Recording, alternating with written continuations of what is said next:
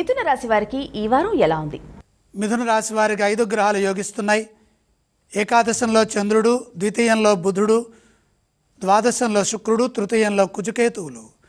వ్యాపార నిర్ణయాలు అద్భుతంగా ఉంటాయి. మంచి నిర్ణయాలు తీసుకొని సరైన ప్రణాళికల్ని ముందుగానే సిద్ధం చేసి పనులు మొదలెట్టండి. ఫలితం బ్రహ్మాండంగా ఉంటుంది. భవిష్యత్తు శుభప్రదం. ప్రారంభించిన పనుల్లో శుభం జరుగుతుంది. మనోబలం సర్వదా ముందుకు నడిపిస్తుంది. ఉత్సాహంగా పనిచేయండి. సకాలంలో బాధ్యతలను నిర్వర్తించండి. ఏ పని ప్రారంభించినా అందులో విజయం గోచరిస్తుంది. ధనాదాయ మార్గాలు అనుకూలంగా ఉంటాయి. కానీ మొహమాటం వల్ల ఇబ్బందులు ఎదురుకాకుండా జాగ్రత్తగా పనిచేయాలి. స్థిరాస్తులని వృద్ధి చేసుకునే వీలు కలుగుతుంది. న్యాయపరమైన లాభం చేకూరుతుంది. శ్రద్ధాపూర్వకంగా పనిచేస్తే ఉద్యోగంలో ఆటంకాలు తొలగుతాయి. అనుభవపూర్వకంగా సంభాషించాలి. లక్ష్య భావనతో ముందుకు సాగండి. వారం మధ్యలో ఒక సమస్య పరిష్కారం అవుతుంది. ఒత్తిడి లేకుండా పనిచేయండి. తగినంత విశ్రాంతి తీసుకోండి.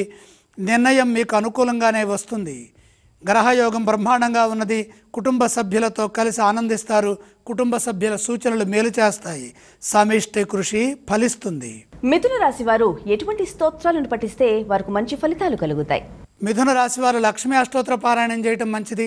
మిథున రాశి వారు ఏ ఆలయాన్ని సందర్శించాలి? మహాలక్ష్మి అమ్మవారిని దర్శించండి. వారు ఎటువంటి దానాలు చేయాలి గురుగారు? గ్రహయోగం సంపూర్ణంగా ఉన్నది కాబట్టి దానాల అవసరం లేదు.